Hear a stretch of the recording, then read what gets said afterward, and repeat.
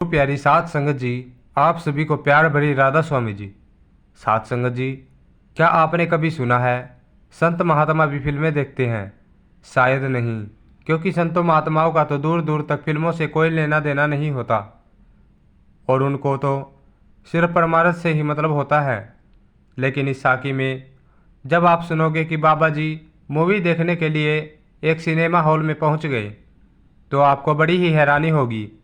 साथ संगत जी, जब बाबा जी लंदन में थे तो बाबा जी ने वहाँ के सेक्रेटरी साहब से ऐसी कौन सी बात कह दी कि सेक्रेटरी साहब को विश्वास ही नहीं हुआ और सेक्रेटरी साहब सोचने लगे कि बाबा जी मेरे साथ मजाक कर रहे हैं। बाबा जी ने वहाँ सत्संग फरमाने के बाद दोपहर बाद सेक्रेटरी साहब को अपने पास बुलाया और कहा कि इस लंदन शहर में कितने सिनेमा हॉल हैं। तो सेक्रेटरी साहब ने अपने अनुमान के हिसाब से बताया कि बाबा जी यहाँ लगभग 20 सिनेमा हॉल हैं। तो बाबा जी ने पूछा, सबके बारे में बताओ, कौन कौन सी मूवी अभी वहाँ दिखाई जा रही है। तो यह सुनकर सेक्रेटरी साहब हैरान हो गए और वह सोचने लगे कि बाबा जी यह कैसी बात कर रहे हैं। लेकिन गुरु का हुक्म था तो सेक्रेटरी साहब ने एक एक करके सारी फिल्मों के नाम बताए। फिर बाबा जी ने एक मूवी को सिलेक्ट किया और कहा कि चलो आज इस मूवी में चलते हैं। बाबा जी के मुंह से ऐसी बात सुनकर तो सेक्रेटरी साहब और भी हैरान हो गए और सोचने लगे कि बाबा जी मेरे साथ मजाक कर रहे हैं या मेरी परीक्षा ले रहे हैं।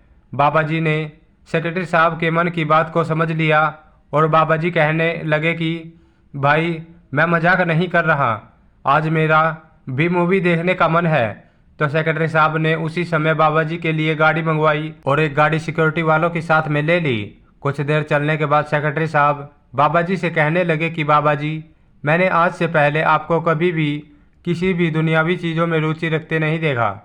तो बाबा जी हंस पड़े और कहने लगे कि क्यों भाई, क्या मेरा मन नहीं कर सकता कि मैं भी कोई अच्छी सी मूवी देखूं। तो सेक्रेटरी साहब कहने लगे कि बाबा जी बिल्कुल कर सकता है, लेकिन यह अचानक सत्संग फरमाने के बाद आपने मुझे सारे सिनेमा घर का ब्यौरा लिया, इसलिए मैं ऐसा कह रहा हूँ। फिर कुछ देर के बाद गाड़ी सिनेमा हॉल के बाहर पहुँच गई और बाबा जी ने कहा तुम वहाँ से 2 टिकट ले लो। सेक्रेटरी साहब टिकट लेने चले गए और बाबा जी गाड़ी से उतरे और सिनेमा हॉल के बाहर एक बुजुर्ग अंग्रेज पति पत्नी एक स्टॉल लगाकर कॉफ़ी बेच रहे थे। बाबा जी उनके पास गए और कहने लगे कि कॉफ़ी बना दो। बाबा जी का ऑर्डर पाकर वह दोनों बुजुर्ग पति पत्नी बिना बाबा जी का चेहरा देखे ही कॉफ़ी बनाने लगे।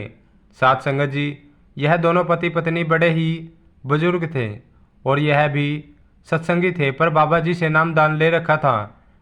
जवानी के टाइम में यह दोनों डेरे भी जाया करते थे, लेकिन यह जो बाबा जी का लंदन में सत्संग था यह इन्होंने मिस कर दिया था, क्योंकि फ़ोन पर इन्हें किसी ने बताया था कि इस महीने की इस तारीख को बाबा जी लंदन आ रहे हैं और सत्संग फरमाएंगे। लेकिन ऊंचा सुनने की वजह से इन्होंने नवंबर को दिसंबर सुन लिया और यह सोचकर बैठे थे कि बाबा जी तो अगले महीने आने वाले हैं। बाबा जी तो जान ही जान थे और वह अपनी संगत को ऐसे उदास कैसे कर सकते थे। संगत चाहे 7 समुंदर पार ही क्यों न रहती हो, तो जब उन्होंने कॉफ़ी बना दी तो कॉफ़ी का कप देते समय बुजुर्ग अम्मा की नज़र बाबा जी के चेहरे पर पड़ी, लेकिन उसने सोचा कि यह कोई और होंगे, क्योंकि उसकी जगह कोई और भी होता तो ऐसी सिचुएशन में वह भी यही सोचता कि बाबा जी यहाँ कैसे आ सकते हैं। तो वह अम्मा को भी देखकर अपने काम में लग गई। फिर बाबा जी ने उनसे पूछा कि आज सत्संग में नहीं आए आप दोनों। यह सुनकर वह दोनों बुजुर्ग लोग हैरान रह गए और उन्होंने फिर से बाबा जी की तरफ गौर से देखा और देखते ही हैरान रह गए।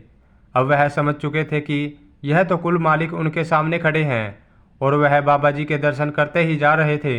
बाबा जी ने कहा कि मैं इतनी दूर अपनी संगत से मिलने आता हूँ, लेकिन मेरी संगत मुझसे मिलने सत्संग घर तक भी नहीं आती।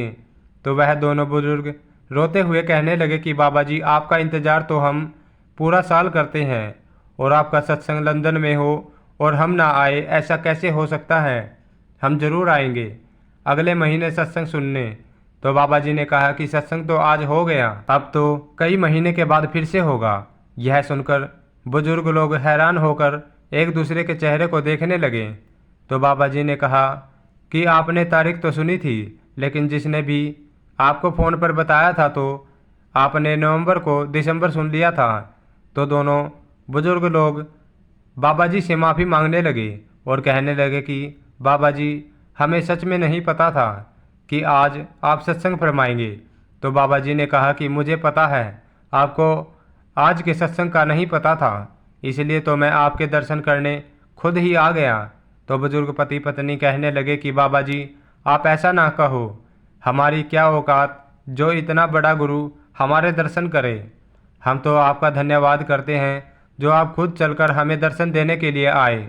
यह कहते हुए वह दोनों अंग्रेज बुजुर्ग पति पत्नी रोने लगे। बाबा जी ने समझाया कि जब एक गुरु किसी पहुंची हुई रूह के दर्शन कर लेता है तो गुरु के चेहरे पर भी चमक आ जाती है। संगत मेरे दर्शन करती है और मैं अपनी संगत के दर्शन करता हूँ। इतने में सेक्रेटरी साहब मूवी की टिकट लेकर आ गए और बाबा जी से कहने लगे कि बाबा जी, आओ अंदर चले। तो बाबा जी ने कहा, मैंने अपनी मूवी देख ली, आओ अब वापस सेंटर में चले। यह सुनकर सेक्रेटरी साहब हैरान थे कि बाबा जी यह क्या बात कर रहे हैं। इसके बाद बाबा जी वापस सेंटर में चले गए। साथ संगत जी, अगर हम सोचते हैं कि हम अपनी मर्जी से गुरु के दर्शन कर रहे हैं तो ऐसा सोचना हमारी भूल है, क्योंकि गुरु जब तक ना चाहे तब तक हम उनके दर्शन नहीं कर सकते। और गुरु अगर चाहे तो सत्संगी चाहे ही 7 समुंदर पार बैठा हो, बाबा जी उसको दर्शन दे ही देते हैं। साथ संगत जी, संगत में से ही मुझे किसी ने कुछ दिन पहले बताया था कि जिस दिन बाबा जी हरियाणा के सोनीपत में आए थे, उस दिन एक सत्संगी बंदा अपनी कार से हरियाणा की ही एक और शहर करनाल से बाबा जी के दर्शन करने पहुंचा था। उस दिन बहुत ज़्यादा गर्मी थी और सोनीपत सेंटर में सारी संगत बाबा जी का गर्मी में इंतजार कर रही थी।